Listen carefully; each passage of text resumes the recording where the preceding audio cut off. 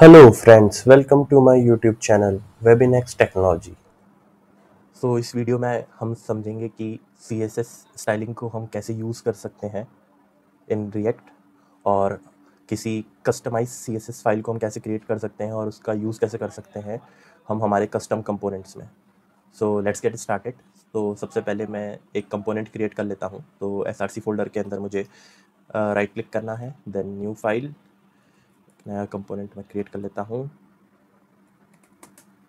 Quickly मैं इसे create कर लेता हूँ। Import React from React, const Webinext, then return.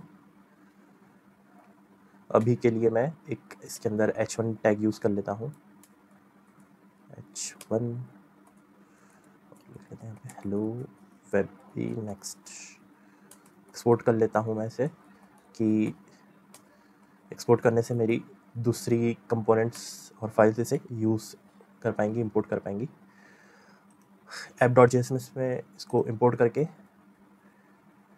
Use कर लेते हैं। अभी नेक्स्ट इंपोर्ट मेरा हो चुका है। Ctrl+S सेव करता हूँ और सर्वर स्टार्ट कर लेता हूँ। npm start. मेरा सर्वर स्टार्ट हो रहा है। सर्वर मेरा सक्सेसफुली स्टार्ट हो चुका है। अब हम सब देखते हैं कि CSS को हम कैसे यूज़ कर सकते हैं। अभी इनिशियली हमारा app.js में ऑलरेडी app.css इंपोर्टेड है और हमारा index.js में हमारा index.css इंपोर्टेड है। हम सबसे पहले देखते हैं कि हम ऑलरेडी एग्जिस्टिंग फाइल्स में कैसे CSS को ऐड कर सकते हैं। मेरी एक मेन टेक्स्ट क्लास है जिसके अंदर टेक्स्ट अलाइन सेंटर मैंने एक CSS प्रॉपर्टी दे रखी है, देन उसका कलर मैंने रेड कर रखा है। इस क्लास को मैं यूज़ कर लेता हूँ, Ctrl+C कॉपी कर लेता हूँ और इस h1 टैग को मैं क्लास दे लेता हूँ।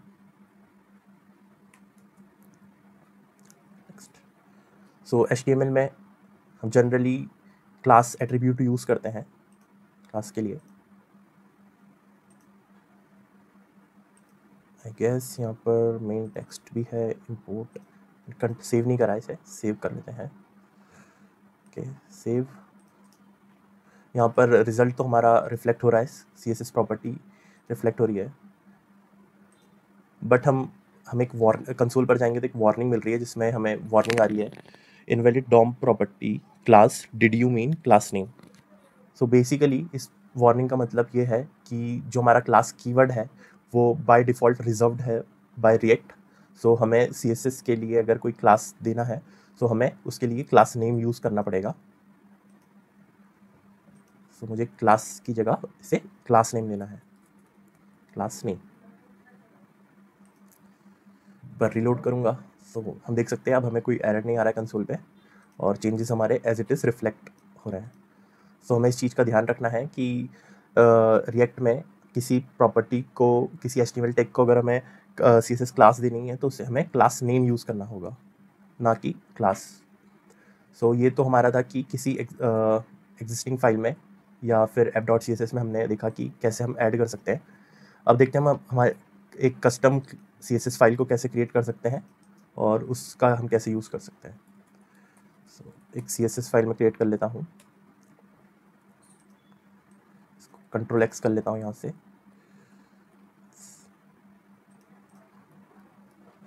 और यहाँ से इसका कलर चेंज कर लेते हैं ब्लू जैसे कि। अब आप देख सकते हैं कि मेरा फाइल का नाम webinex.css है। ये मैंने इसलिए रखा है कि specific to this component, like जो हमारा वेबिनेक्स कंपोनेंट है इसके स्पेसिफिक हो, इसलिए मैंने इसे webinex.css ही रखा है। हमारा अगर कोई कंपोनेंट स्पेसिफिक CSS होता है तो हमें डायरेक्टली उसी के अंदर उसे इंपोर्ट करना होता है, रादर दैट कि हम उसको मेन फाइल में इंपोर्ट करें। It's not a good practice. इसको मैं इंपोर्ट कर लेता हूँ webinex.css, Ctrl सेव करेंगे। यस, हमारा ब्लू कलर रिफ्लेक्ट हो रहा है, मतलब CSS चेंजेस हमारे सक्सेसफुली रिफ्लेक्ट हो रहे हैं। इस तरीके से